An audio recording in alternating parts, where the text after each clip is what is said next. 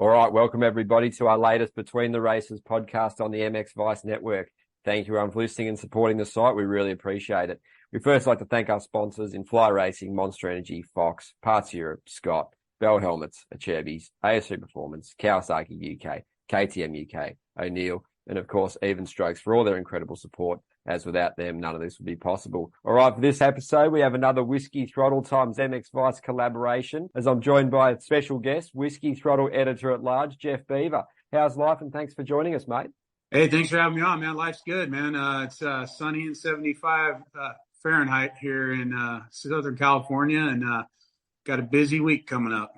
Yeah, mate. Just tell us a little bit about the week, what you've got coming up, and I guess tell us about your role at Whiskey Throttle as well, how you got into the position, how much you're enjoying it. Obviously, you're just fueled by passion and love what you do, working with some awesome people like Pingree, who obviously, you guys came over and chatted with the MXvice guys around the Farley Castle World Vet. So just tell us all about your role, mate, and the exciting things coming up. I got into, I've been watching moto my entire life, since the probably mid 80s. I'm 47. So yeah, probably about a year or two before Bob Hanna retired. I remember seeing stuff in Cycle News about Majora 86 and all that stuff, and I was just like, wow, this is the coolest thing ever. And Ricky Johnson and his bad boy posters, I had one of those on my wall when I was a kid. And I think I went to my first race in San Jose in 1992. That was the night that Bale lost the title to Stanton. He got punted off the track, but Chicken was there, Bradshaw. Just everybody you could ever want to see race in a motorcycle, they were there. After that, I was just hook, line, sinker. I was in. So I've been going my whole life. I grew up in Northern California, going to Hangtown, going to San Francisco Supercross, stuff like that. Sometimes I'd make a trip down to Anaheim when I could afford to go, and just grow up riding off road. Never a moto rider or nothing like that, but just always admired motocross and Supercross and just loved it. And so fast forward, grow up, career in the moto or oil and mining industry, and I got married and ended up moving around, and we landed in Southern California in the beginning of 2018. My wife got a good job over here, and I was like, man, I don't know anybody down here. I got no friends, nothing. When I'm home, I would just sit there and kind of like, what the hell do I do? You go down to the beach and you're like, okay, you've seen all the sand you can see. Man, I need to get a dirt bike and, start riding again. So I had no Instagram, and so I decided to get on Instagram. And I'm like, okay, well, either it's politics or moto, and, politics will just ruin you. So I decided to, start following a bunch of riders, and I saw David Pingree's name pop up, and I'm like, oh, I remember that guy. He was funny as shit, Nobody was more sarcastic, and what was that electronic thing? He was just hilarious, and if you messed around and said something stupid, you got the horn. He would just give it to you. He's mellowed out. He's an older bull now, but he was funny as. So I added him, and then that's when I saw. I started cruising through, and I saw the Whiskey Throttle show. And I'm like, well, what the hell's this? And so I went on YouTube and I watched the DeCoster episode, and I was hooked. So it kind of reminded me of what were those the MX Diaries? Or what was back in the day that they did? It was like that, but just long form and just a modern, way cooler version. But it kind of, I love those MX Diaries, and it just kind of reminded me of that, and I was like, dude, this is awesome. So I started watching every show. So fast forward about a year and a half, Dave was doing a couple live shows a year down here in Corona, or down the street from my house in Laguna Beach. He would do one in the parking lot of Troy's shop in Troy Lee Designs. And so they did one with Kalani Robb, who's a pro surfer. And I'm like, well, I'm going, And so that was in September of 19. I went down there, met Dave, just briefly said hi, went to the show, had a great time. Just a blast. GL was part of the crew, Donnie Bales. Donnie was cool as hell.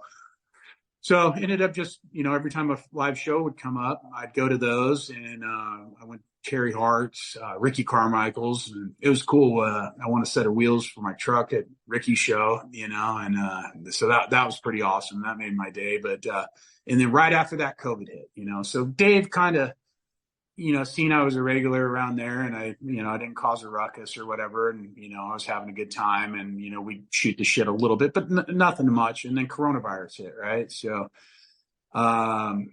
I'd comment quite a bit, a regular on the channel, on the page, when stuff would come up. And then he ended up following me one day, and I was in quarantine in Montreal, Quebec for 2 weeks over Thanksgiving. And that was a test of my mental fortitude right there, sitting in a hotel room for 2 weeks.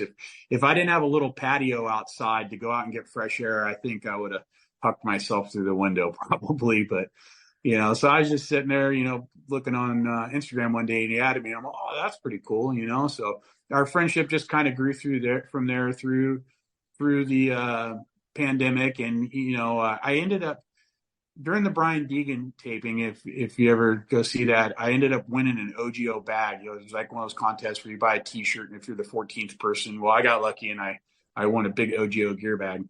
And so like a couple days later, he texted me and he goes, hey, you live in Southern California, don't you? And I was like, yeah. And he goes, hey, you just want to come over and watch one of the tapings of the show that next week and just pick it up? I mean, it's going to cost me an arm and a leg to ship this thing. I was like, no problem. So I went and hung out, and he was taping Randy Lawrence's show. So I hung out and got to meet Randy, and it was just cool. It was just me, Randy, and Ping, and the producer. And so we did that. And then he's like, hey, man, if you ever just want to come watch a live show, if you see me post about, if I'm taping somebody, send me a message, roll through. So I started doing that, and then just kind of more and more just became buddies, you kind of start out as Instagram friends, and then, just kind of become buddies, and so fast forward, I go to a lot of races from my traveling the world, working in oil and mining. I got a ton of points for airline miles and stuff. So there was a while, like as soon I went nuts in 21 when they opened everything back up. I went, I think, to 6 motocross races. In 22. I went to like 6 supercrosses and then like 6 moto races in the country. I'd never been to Unadilla or Southwick. I checked those boxes. Rad. If you guys in Europe ever come over, go to Unadilla, go to Southwick. Awesome spots.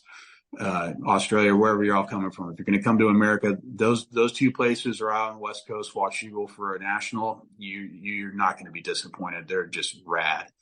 But so anyway, he messages me one day and he goes, hey, you're going to Southwick. Hey, send me some like sights and sounds clips. I'm like, okay, cool. So I sent them to him, and then what was it? The next weekend I went to Washougal, and he sends me a message and he goes, hey, I want you to interview some riders. And I'm like, huh? Wait, me? And he goes, yeah, you got a good line of bullshit. Go talk to him, Okay. So I'm like, how do I do that, dude? Mr.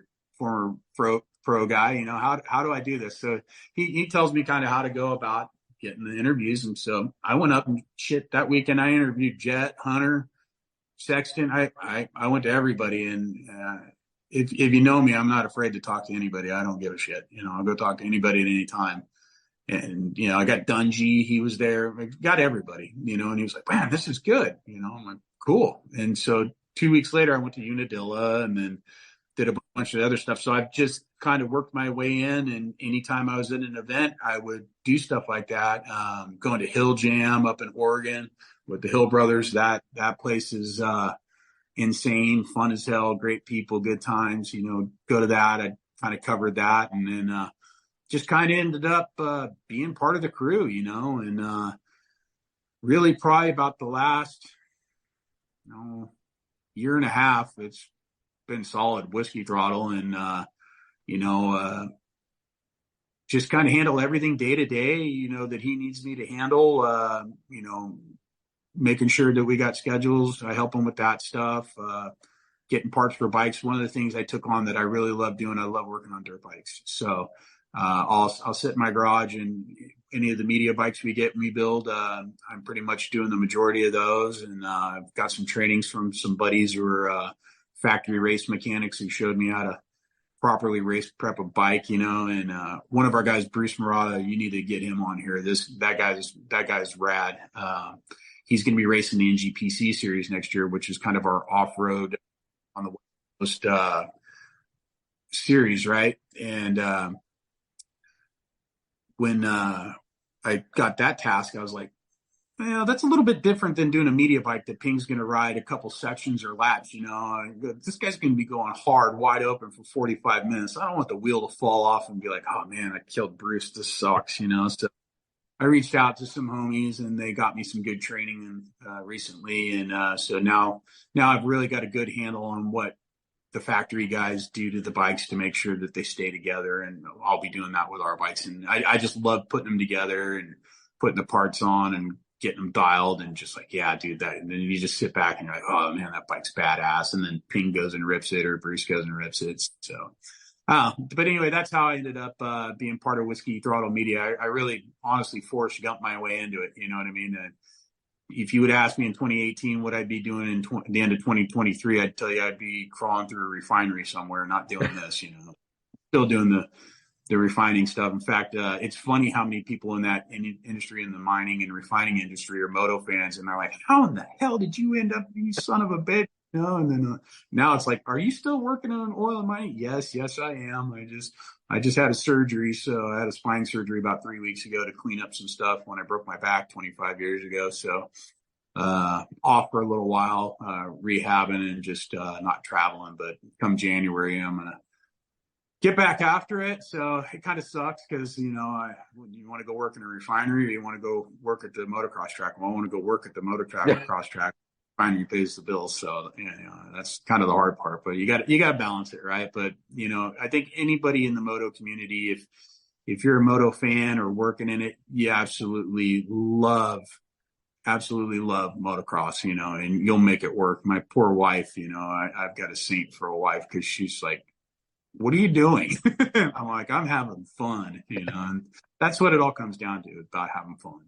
Yeah, mate, well said. It's such a cool story how you sort of transitioned from fan and I guess a little bit outsider to, media, and well and truly an insider, mate. So that's super cool. Must have been, obviously, you mentioned some of the highlights and some of the key things you've learned, but I guess how has 2023 been for you so far, mate? What are some of the key milestones? Obviously, the SMX we were talking about before we jumped on this, how cool that was, especially the LA Coliseum. So another cool year in the books just about, mate, and A1's going to be awesome, but just, talk us through how it's been for you as a year. So, motocross and supercross was just unreal. If you've ever met Chase Sexton, I've interviewed him a couple times, just a real nice guy. He really is. He's a Midwest boy, he'll give you the time of day. He's polite, respectful, and, a guy you want to see win, right? After you meet him and talk to him, you just want to see a guy like that win. And he had a lot of struggles in supercross, right? And, but he made it work, and that sucked what happened to Eli. I mean, that was just gut wrenching to see his leg go pop, but at the end of the day, you got to be there to win it. And so him winning the supercross title, I thought that was rad. That was cool. There was a lot of guys injured that sucked. I'm a big fan of Seth Hammaker. I really like that guy. He's a good dude, and that dude's got some skills. Keep your eyes on him in 24. And, with him getting hurt and not being able to race and then coming back, that was rad to see. And, you looked at his results right out of the gate. He came out firing. How many whole shots did that guy get? Probably one of the other highlights I really liked is I went to Houston to watch Deegan. So I've been to all of Jet's premier races. Somehow I just landed there. Jet's first motocross race, his first supercross race in America, Deegan's first motocross race, first supercross race. And that video, remember that went viral of Deegan railing that left-hand bull turn? I was sitting in the stands watching him, and my jaw hit the floor. I just could not. Some people are like, man, did they speed that up on video? No, they didn't. That kid, oh, man. I can't wait until I hope Jet stays healthy his whole career and Deegan does, because it's going to be the clash of the Titans when those two get in there. What Brian's done with Hayden, that kid's just going to be a juggernaut. He may be 5'6" or whatever he is, but when he gets on that bike, he's 7 foot tall. Look out. He's going to kick your ass, and Jet's not going to back down either. So it's kind of like the smooth criminal with Jet, and I won't take no for an answer with Hayden. I'm going to kick your ass and be right in your face. And that's just great for the sport in America. It's just going to be rad. Oh, it's going to be so good. Contrasting styles, contrasting personalities, mate, and they both make it work, and they're both absolute weapons on a dirt bike. So following those guys will keep the media happy for the next decade plus, mate. It's going to be so good. And obviously with you being right in the heart of it in Southern California there in the hub, just ready to, you know, battle it out, come A1, mate. And before we chat more about you, how good's A1 going to be, mate? Are you already getting super excited? Obviously, we touched on the Lawrence brothers. Obviously, you're assuming we're hoping Deegan goes West Coast, mate, just to add to the buzz. But then obviously Roxon, Tomac, Sexton on the KTM, Mookie, Christian Craig, AP, AC, Cooper Webb on that Yamaha, mate. It's going to be so tough for a lot of these dudes just to make main events, isn't it? Some of the privateers will be really up against it. Certainly got to rock and roll to sort of make that top 22, isn't it, mate? It's going to be pretty fascinating, those LCQs as well as another subplot. So how excited are you as a Whiskey Throttle member? And just as it's going to be kind of like, man, what way do I go? There's so much, you know what I mean? With Beta coming in, with Benny and Colt coming in and Triumph. And then I don't know when Ducati's coming in, but we got 3 more factory efforts coming in. That's going to be 6 factory guys at least, right? And so to kind of touch on what you're saying, the way I see it, this is just my personal opinion. I have no information from anyone on it, but you'd have to be blind not to see how successful Formula One is and how they run their series, right? And so it's all factory efforts, right? And then there's a Formula 2. And if you want to make it to Formula One, you step up. And if you're not cutting it in Formula One, you're going to get dropped back down to Formula 2 and they're going to bring. I see, just from my business state of mind, the way I think about things, if I was running it, that's the way I would do it. You know what I mean? And it, you know, do you have a SX2 class or something like that, you know, a little more racing every night, and the people who don't qualify into the factory level, they do another main event down below, you know, the privateer class. I don't know how they would do that.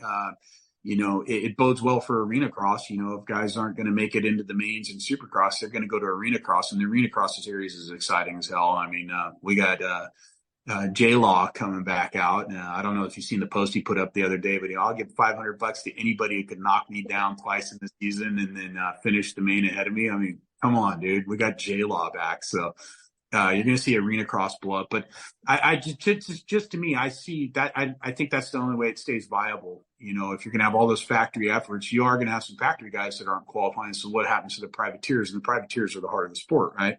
So I think in the wintertime, you're going to see a lot of those guys. They're either going to have to open up another class in the stadium at night to accommodate the privateers, or those guys, I think, are going to go arena cross racing, because some of those guys made some really good money. And one of the things arena cross did that was really rad was they did the moto vate, where fans could go in there and, you know, give $20-$30. And I know a couple guys that held the week after they did the race, they still got $1,000, you know, and you weren't getting that in Supercross. So it's kind of cool for them, right? And then they can work on getting their skills and their fan base up. And then if somebody's falling out in Supercross, you know, hey, this guy's killing it in the arena cross series. Let's bring him up, you know.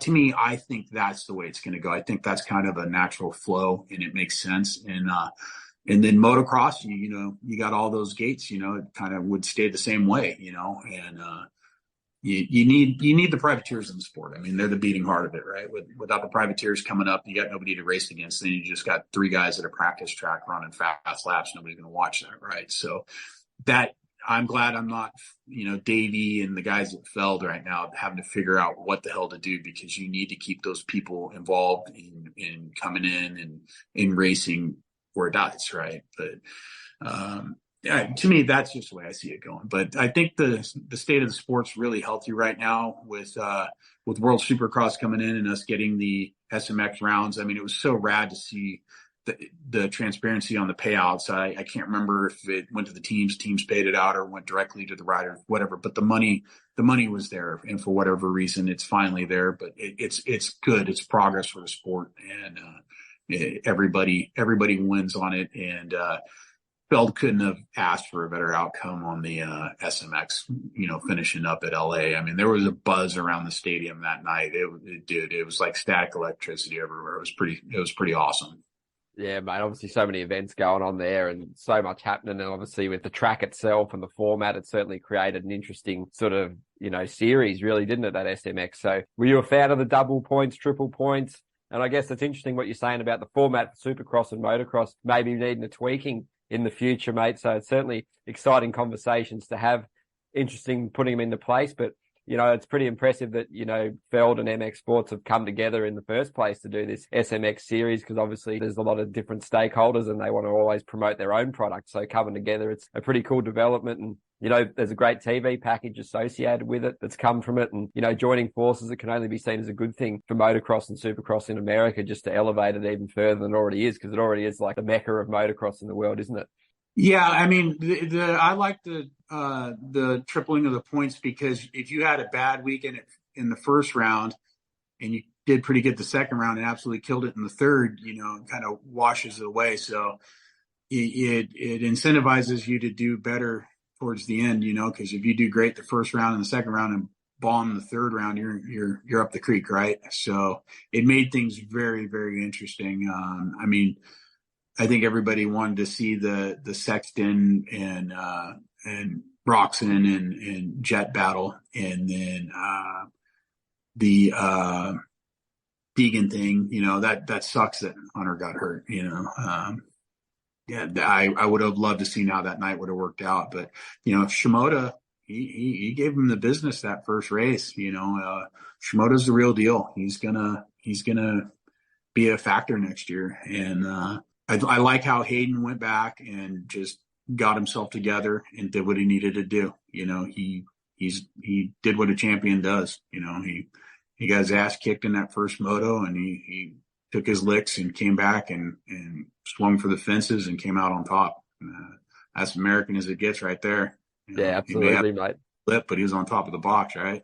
Yeah, well said, mate. We can't wait to see him at the Nations in the future. Obviously, Team USA had a lot of issues surrounding that this year with the teams and not wanting people to go and not wanting to pay for people to go. And it was just, I think it was a one-off year. We're hoping, mate, next year, hopefully at Madley Basin, which is a track all the riders love, all the US guys say, yeah, that's one track I'd love to ride. The big jumps, you know, huge sections, big, long rutted areas. You know, it looks like the funnest track. All the riders I talk to love it in America, love it in US. And even Jack Chambers, I spoke to recently, he, you know, based it doing the MX2 in MXGP paddock. He was saying he loves that track. It's huge jumps. And just your take on the MX of Nations, mate, Team America, all the drama surrounding that. And this year's edition certainly didn't disappoint, even though Team America, from your perspective, didn't have the best weekend. But yeah, Team France are on another level, and Australia getting their best result. The Lawrence brothers, Jet especially, shining, you know, phenomenal skill, talent, mindset, adaptability. Him and Roxon having that battle, you know, could be pretty awesome next year if you have, you know, you could hypothetically have Sexton, Tomac, Deegan, Lawrence brothers, Roxon. How good's next year shaping up, mate?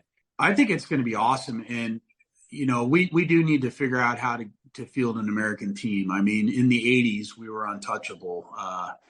You know, is there too much racing in America? Is that going to hinder it, obviously, too? Yeah, I mean, maybe we need to saw off one more national and one more supercross, give these guys a little more break. But we need to, if the rest of the world's out there doing it, we need to do it. You know, we need to be there.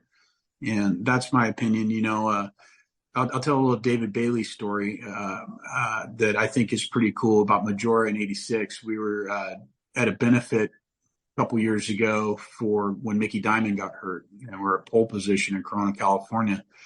And there was a picture of David at 86 Majora kind of hopping over this hip jump to the right, and you see this arm sticking up over the fence towards David, and David's maybe 8 inches away from him. Well, I ended up bidding on that picture and I won it. So I went and had him autograph it. And he goes, I'll tell you a cool story. And he goes, see how this guy's reaching up right there? And he's all, you could just see the top of the little hip jump they were going off of. And he was like, there was like a far rut on the right. And then he was like 2 ruts over.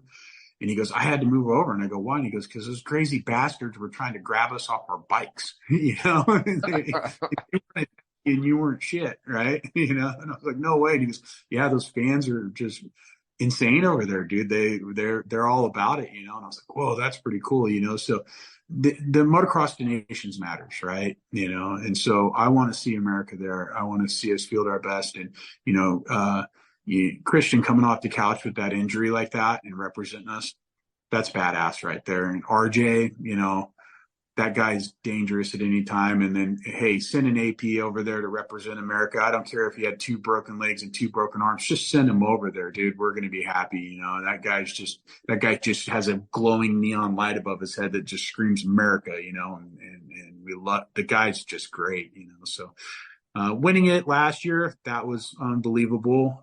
It was an eye opener seeing Jet win that race on a 450. We were like, oh shit. I think everybody in the world went, oh shit. Here comes Jetson, right? And be interesting to see what Hunter does. But one thing, I went to Farley Castle with Ping and Fro in August, and Reedy and everybody was over there, and I got to see my first Euro track, right? And the rocks in this were huge, hard packed, slicker than can be. I mean, it's a completely different riding style, the way they prepped the tracks and how narrow it was. And then kind of seeing the track walk at Ernée this year, I was like, oh, that kind of, it's kind of that European style. You have to come into a different mindset, different suspension setup. And the tracks here are tilled deep as hell, rut up really, really deep. And, you'd see Billy Mack and those guys on their 500s just getting it, and Reed and Ping and Fro were out there getting it, and these guys were just walking, because they know how they ride those tracks. They've got those tracks dialed. It was impressive. It was like Fro's like, I'm going to build the baddest ass 500 next year. Come over here and we're going to get some, He's like, we're just going to build something bad, kind of joking, but there's mad respect, for those guys to say that about Billy and those other dudes over there. That's pretty impressive. They definitely had the guys' respects. Poor Ping, he whole shot his first race, and something happened, and somehow it missed that he got gas in his tank, and he ran out in the back. I'm running around the field going, where the hell's David? Shit, did he just wad up off the stair steps, in the back over there, those stair steps, those were where everybody sat and watched the jousting when the castle was up and running, 800 years ago. And I'm just picturing him lawn darting himself off that thing on that hard packed slick rock. I'm like, great, I'm going to have to feed him with a spoon for the rest of the week and then get him home. But it turns out he just ran out of gas. In fact, the one who lawn darted was Emig, and he ended up stuck between a couple hay bales. One of these days, I'm going to try and convince him to give me the GoPro footage so we can see him stuck. I don't think Fro's going to cough that up. But all in all, European race fans were awesome. I can't wait. I hope I go back to England. I learned be very, very careful of the local women, and drinking beer will make you look dumb. I got drank under the table by a 100-pound girl. That was humble. But her husband just looked at me like, you're in trouble, mate. Okay. So, and then me drinking's few and far between. So next year, I think I'm going to put a curb on that and just enjoy the racing. But the fans were awesome. The weather, I don't think could have been any better. That Farley Castle was just gorgeous. I can't wait to go back. And I think, yeah, it was just awesome. I can't wait to do it. But yeah, to kind of say what you're saying, I think MXGP is firing on all 8. It's really good. The Motocross to Nations is rad. America needs to figure it out. We need to figure out how we can get on board that we can send our best and come in firing and show you what you guys what we can do. And when the World Supercross finally figures out how to get through their growing pains, I think the sport as a whole is just going to go apeshit. I think that's how we get to the next level. Yeah, well said, mate. It's just such an awesome sport. It's still a pretty niche sport, very small compared to a lot of other sports out there, and just spreading the word, because once people get into moto, they love it. So it's just getting those initial fans in and I guess engaging with them. I guess World Supercross, you got to give them credit for doing that, spreading around the world. That's a way to do it, definitely, because there's so many dirt bike markets out there that are just waiting to be tapped into, like you said, mate. So absolutely awesome. And just to go back to that Farley trip, mate, some of the local lads certainly had some speed, and they were certainly, the guys like Reed and Emig and Ping, they were certainly under the pump some of those races. When I was talking to James and talking to Jeff Emig about it, they certainly gave you guys a good run for their money, didn't they? Yeah, I mean, those guys, they definitely knew that track. And hey, the size of those rocks on that track with a 500, if that 500 gets in front of you, I think I'd just pull over and let that bike get out of stone's throw. I mean, there ain't no pride in being a media guy. Go ahead, bro. I'm not trying to get beat up. Reed looked like somebody took a baseball bat to his arms and chest. When he got back, I was like, oh, God. And he was just black and blue. And I got a GoPro somewhere, Fro eating some roost coming around the second turn, and there's some colorful metaphors. There's like and it's just comedy, but those rocks were huge. But yeah, competitive nature of those blokes still comes out, even though they're retired, and on the other side, they're still after it, aren't they? Oh, when a 500 two-stroke hits the power band, you better be on your A game to get it. But old Reedy, he hadn't raced in I think he said 6 months, and he knocked the dust off and got after it. And Ping still hauls ass. I think in the last year his riding's got better. I remember one of the fellow media guys who rides here in the States, Kiefer. He was telling Ping at the Yamaha launch at Paris Raceway. At Ride Paris, he's like, dude, your riding's gotten a lot better. You've gotten a lot better the last year, and he has. He's been riding a lot more. He's got back in shape, and Ping gets down, dude. That guy still haul ass, dude, and he'll whole shot the shit out of you. He weighs 11 pounds, so he straps onto that 450, he's gone. He gets after it, but yeah. I'd never seen anybody race the 500s before in my life. I'd never seen a 500 race, and it was impressive to see Billy McKenzie and those guys get after it. Those dudes know what they're doing. And hey, Fro won the donations on a Cowie 500.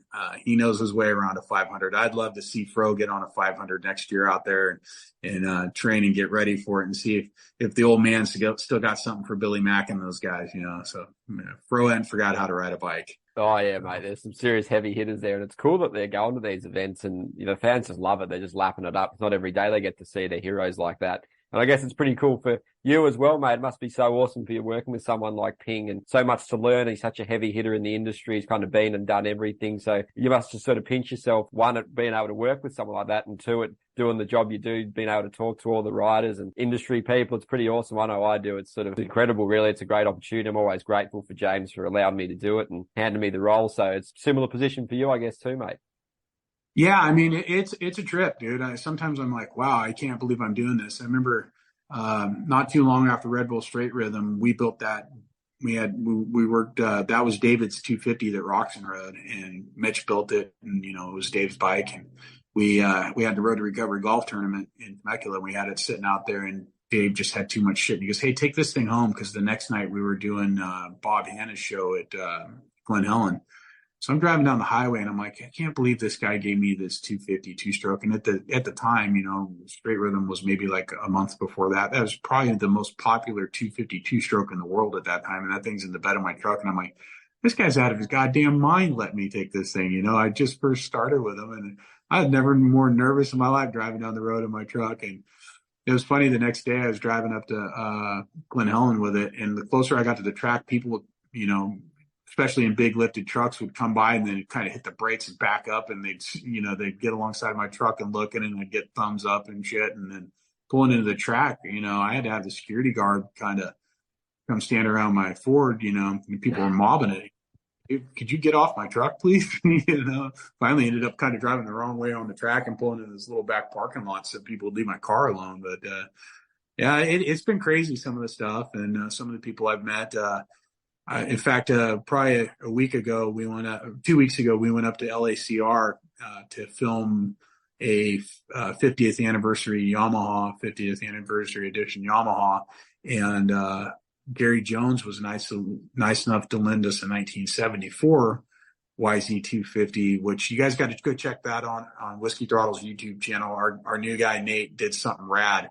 It's the two Pings, and it's David riding the YZ450 and the old school YZ250, and somehow, I don't know how, through what voodoo he used, but it shows them both whole shot and, taking off their start, walking up, getting on the bike. It's so cool. You'd swear it was an actor getting on there with Dave, but no, David did both launches, and somehow he melted it together. It's pretty cool. But we had Gary Jones' bike, and we took it back, and I'm sitting there, and Gary lives up in the high desert, and it just kind of hit me. David and him are talking, and I go, I'm sitting in Gary Jones's yard, shooting the shit with him, looking at his bike. This is cool, how cool is this? Some folks might not know who Gary Jones is over there, but Gary Jones is the guy who developed the YZ. And when he started racing that bike for Yamaha in 1968 and developing him and his dad and his brother. And they took the bike, and when they sent it back to Japan, Gary wrote A to Z on the tank, because they'd gone through everything A to Z. and Yamaha engineers just knocked it down to YZ. So everybody out there in the world, if you've ever ridden a YZ motorcycle, Gary Jones is the reason it's a Yamaha YZ. He is the one. If you come to America and you go to an outdoor national, the 450 national championship trophy is the Gary Jones Cup, So, just to find yourself sitting in this guy's yard shooting the shit. He's the nicest guy. If you didn't know anything about moto, you'd just think he was some old farmer or something, who like to tinker with tractors and race side by sides and razors. And he's still out there racing the vintage classes and stuff like that. So it's cool. Motocross is the most accessible sport out there. Imagine you could never get access to like LeBron James. Not that I would want to, or baseball or football. There's some pretty cool guys out there who'll give you the time of day, but the industry as a whole, where can you go and get that much access and go through the on and meet all these folks and go to all these races, and they're all just cool as shit, so good for the fans too, isn't it? Yeah, that's what I'm saying. It's great for the fans, and you get all that kind of access. But all those guys at the end of the day, they're humble. They realize their careers were. There's a couple of guys out there that could use a pin to pop their head a little bit and let some air out of it. Some of them are a little big, but for the most part, they're all really, really good dudes. And they really are. They're blue collar, work their ass off. They know what it. You have to be a hard worker to succeed in motocross. Daddy can buy you everything. That's one of the biggest pet peeves I think I have when people talk bad about Deegan. Yeah, his dad, he came from a lot of money. His old man gave him the tools he needed, but you could have every tool in the toolbox and be the world's shittiest mechanic. And so, Brian didn't do the riding for Hayden. Brian didn't get Hayden out of bed at 5 a.m, go run a couple miles and ride motos before he went to school in Temecula.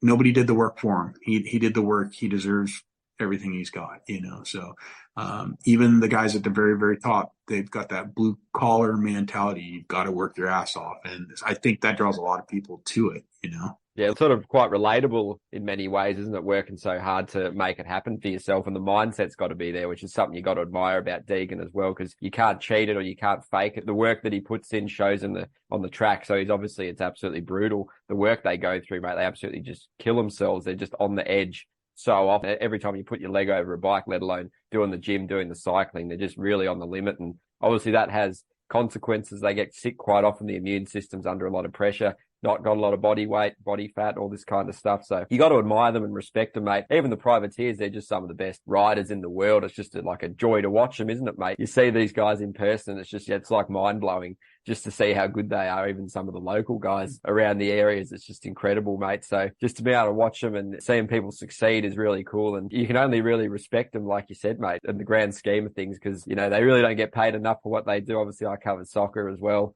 And you talk about European football backup goalkeepers, 50,000 a week, euros, pounds, American dollars, and some of them don't even play. They maybe play 5 to 10 games a year, if that. So these moto guys, they definitely get paid enough, but which is another good thing why that extra money's been introduced, because they certainly deserve it and earn it, don't they, mate? Yeah, they do. And it's great. Guys like Deegan and guys like Jet being the personalities they are, I think they're going to bring in outside money to the sport. They're just big personality people. Hayden's going to bring in that pro-America, Billy Badass kind of money, and everybody just loves Jetson. Everybody wants to be around that guy, and that's another kid, who worked his ass off, came from absolute nothing, and you really got to credit Dazzy and Brian for keeping them, either one of those kids could have probably spun off the rails and got a big head real quick that first year. And, no, I think behind closed doors, Dazzy and Brian probably both checked him pretty good from time to time, and you need that. I know coming up, when I started my career, I got cocky, and my old man was the first one to smack me upside my head, and I think corporal punishment is good sometimes with children. You need to whack them upside. Say, hey, tighten up. You're not that good. And I could definitely, especially Brian, I could see him saying, hey, dude, come on. You're not there yet, and I know talking to Dazzy, I don't know if you've ever talked to Dazzy, but he's real down to earth and pretty open book, and, he keeps them humble, and if they don't stay humble, then karma just has kind of a way of coming up and humbling you, So I think both their parents are pretty smart and have figured that out. And it's probably a lot of the key to their success, hard work and staying humble. Yeah, well said, mate. Obviously, they know what it takes. They know the sacrifice needed. They're fully motivated. Got a lot of good, strong character building in motocross, mate, because it's kind of all on you. And especially maybe more so from guys coming from overseas. They're definitely all in. There's kind of no going back. Like with the Lawrence brothers, you can just tell, how much they wanted to make it happen, and they've made it happen. So it's so cool. And just, like with Deegan, he's obviously got the discipline and he's maturing really quickly. So he's got a lot to contend with, all that media, all that outside noise. It's really impressive how he manages it all, mate. That's for sure. And just getting back to you, mate, with your job, I guess, how have you found you deal with the setbacks and challenges that you face in both your walks of life, both your jobs, mate, and just describe yourself as a person? And I particularly like what you said about, definitely there's times where discipline needs to be, taken against yourself. It definitely failure's a good thing sometimes, but also knowing consequences of your actions is an important thing to remain responsible and accountable for what you're doing. So maybe that gets lost a little bit this day and age, but I guess when we were growing up, it was certainly quite at the forefront, wasn't it? Yeah, I mean, hey, growing up, I think half the reason I ended up, I don't want to say successful, but done well in my other career was I made every mistake in the book. I mean, yeah, I could roll out a laundry list of stupid things I did and mistakes I made, and oh God, I can't believe I did that, And sometimes there's some people who get it right out the gate and don't make those mistakes. And then there's people like me where I've got to run headfirst into the wall to figure it out, and I learned by my mistakes pretty good, so, but, like with COVID and all that, that was pretty tough times, things slowed down a bit, thought everything canceled, the motocross canceled. I mean, I was like, shit, I've got no turnaround work in the refineries or the mines. I don't have any motocross to watch. I was like, dude, this sucks. And, I think Ping kind of caught on to that. That's why he was inviting me over to the shows. That was such a good mental thing for me to like just get my moto fix, right? It probably kept me from getting myself in a lot of trouble, but with me, I still traveled and I never stopped. I won't get into the political side of it, but I just did my own thing. If I'm going to get it, I'm going to get it. If I die, I die, whatever. Just going to go and live life. I'm not going to, it's kind of like after 9/11, you got to get back out there and just keep living. Right. So I just did my thing and did as much normal stuff as I could. And as it came back, it was like, okay, cool. But the moto thing, I thought that was pretty rad that we were the first professional sport to complete a series. It was really, really weird watching Salt Lake with no fans in the stadium. Why they did it in the day, I don't know. I wish they would have done it at night. It would have looked good on TV. I think it would have looked a little better on TV. But they got it done. Had to tip the hat to them, and I was glad we got it. But I'm glad we were through it, and hope to God we never deal with that crap again. Yeah, well said, mate. Absolutely. And I guess looking for your role plans for 2024 at Whiskey Throttle and the rest of the year, obviously you've got some pretty exciting things in the works. I'm sure more bike tests, more moto coverage, more cool interviews. You do a great job with the podcast, you guys. So just tell us a little bit about the platform and what's in store, because I'm sure you're doing heaps of work behind the scenes to expand and elevate, mate. Oh, world domination's the goal, right? No, we're making a push, right? There's several other big entities here in the States. Some of the guys are really, really nice. I would like to give a shout out to Michael Antonovich from Swap. When I first started doing this stuff for Ping, I was kind of running around, just eyes wide open, like, oh crap, man, what did I get myself into? And I think he kind of noticed that, and he could have been a royal jerk and, just shine me on like, whatever, bro. He could have cool guyed me. No, that dude showed me the ropes around the Nationals that first year and was super cool. Any questions I had. So I got a lot of respect for that dude. Right. And he didn't have to do that. And he's a competitor, but that dude was pretty rad to me. But as far as, we're just trying to do things our way. Right. A little bit of a punk rock mentality over here. I like to jokingly say we're the Bad News Bears of, moto media, right? You got this 6'1", 270-pound oaf, works in the oil fields. We've got a younger kid, Nathan Avila, who's doing our filming and kind of the big cheese when it comes to the YouTube and all, we got Kyle Cowling, but doing the show with Ping, and he kills it. That guy's just a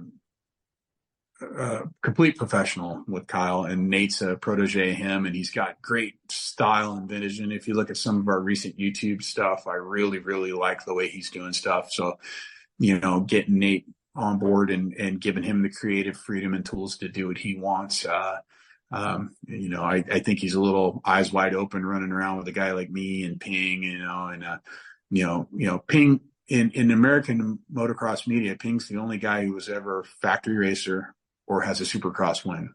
So there's a little bit of a differentiator between our competitors. Everybody knows moto and knows the sport, but when Ping tells you, hey, look, this is the way it is in the teams and stuff like that. He's been out of it for a while, but he's stayed connected, and he was also the only guy who was a team manager. A lot of people forget that he managed TLD, until he decided to go and become a firefighter. So the pedigree that he brings to it with the media, there's a lot of credibility there. And then in the vintage motocross side, our vintage iron project, we got Rick, and Rick is the man. He's the OG when it comes to vintage motocross in America. There's nobody else that can touch him. So we're doing a lot of stuff in the vintage world. And then Bruce Murata, he's another one of our teammates. Bruce was kind of the guy at Alias. He was the face of Alias Moto Gear, and did a lot of stuff with RJ Hampshire and all those guys. And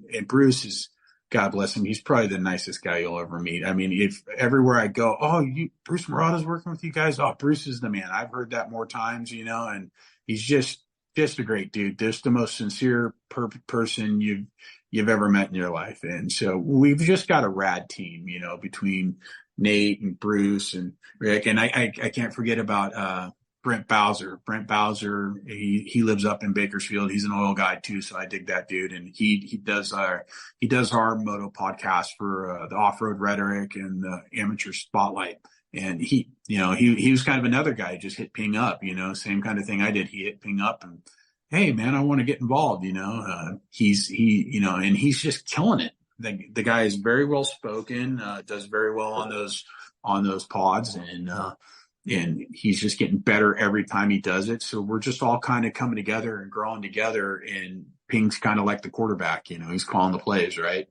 And it's just been an absolute blast. We got this new guy, Adam, who just came in, and he's a firefighter, buddy of Ping's, kind of knew him, affiliated with him in the fire industry, and wants to get involved test riding. So we've got a good group of test riders. We've got a young guy named Jason Piquera who does some test riding for us, and that kid rips. He just did the nationals as a privateer this year, and it kind of goes back to what you're saying. Even the guys that sometimes don't make the big show at the nationals, they will wax your ass. I was watching Jason out of LACR the other day on a 125, and I'm like, I wouldn't even attempt that on a 450, dude. And so we just got a great team. We're gelling.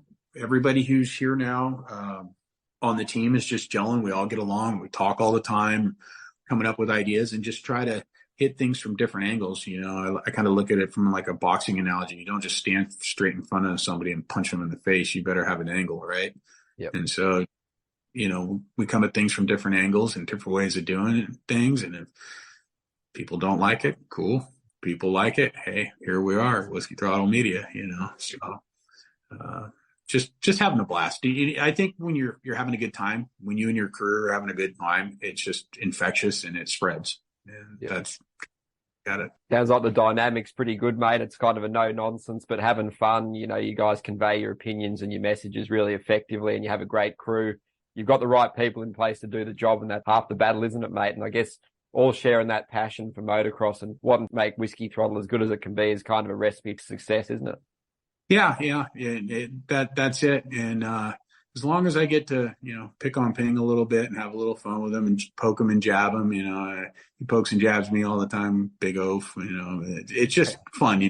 If it ever becomes a job, I'm going to tell him, hey, you're going to have to fire me, dude. I want it to be, I want to get up. It's one of those deals where they tell you find something that you don't consider work. Like you just get up and you're stoked to do it.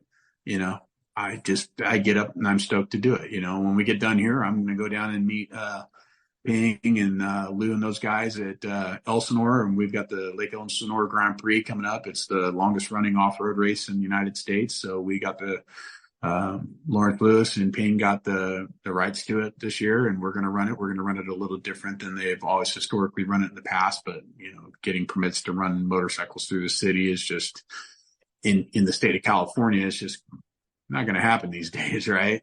So we're running it a little different, but it's rad. Johnny Campbell and Dave laid out the track, so it's got credibility. It's sick. So keep an eye out for that on Whiskey Throttle's YouTube and on our social media.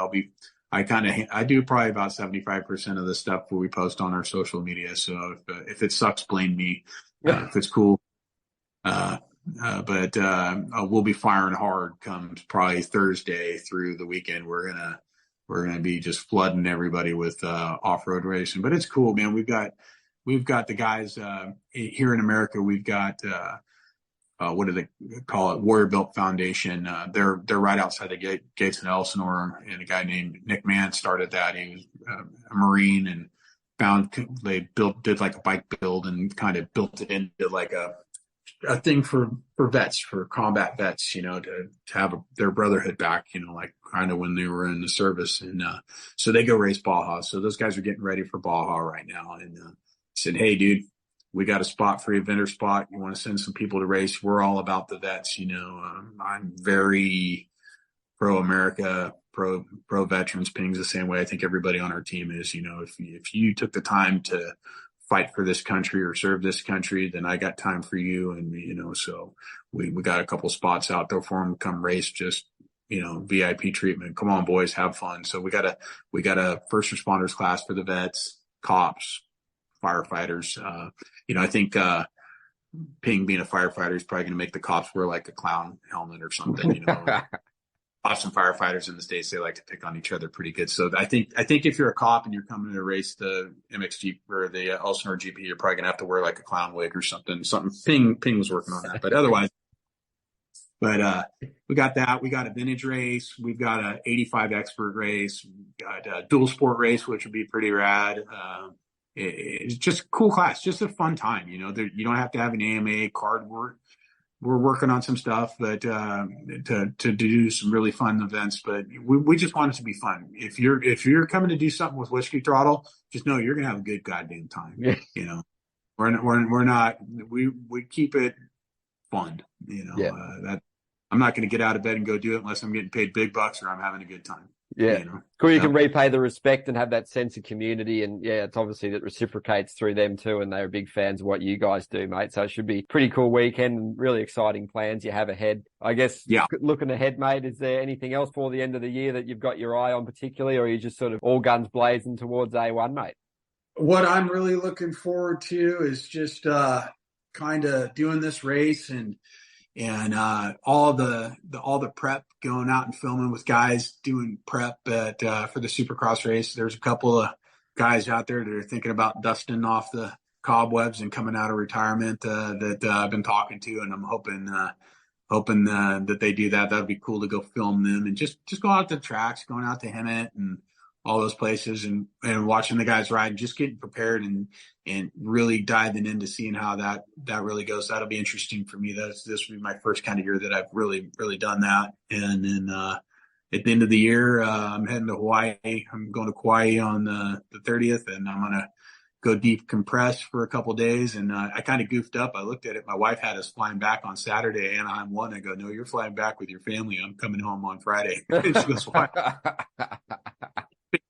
And I can't do that, so like a dummy, I booked the wrong flight, but I gotta actually fix this week or I'm going to be up the creek. But just watching Supercross prep and getting ready for that A1. It's gonna be a good one. I cannot wait to see Sexton on that number 4 KTM. I'm a KTM guy. I've got 2 KTMs, and so seeing Sexton on that KTM with the big number 4, it's gonna be pretty cool. And see what Jetson can do, and Hunter in there with him. How does that work? When's the last time we had 2 brothers on the line together in the same class for the same team? What's that dynamic like? And all the boys back, Mookie back. What's he gonna do? And Anderson, I think word on the street that new 24 cow is a bad machine.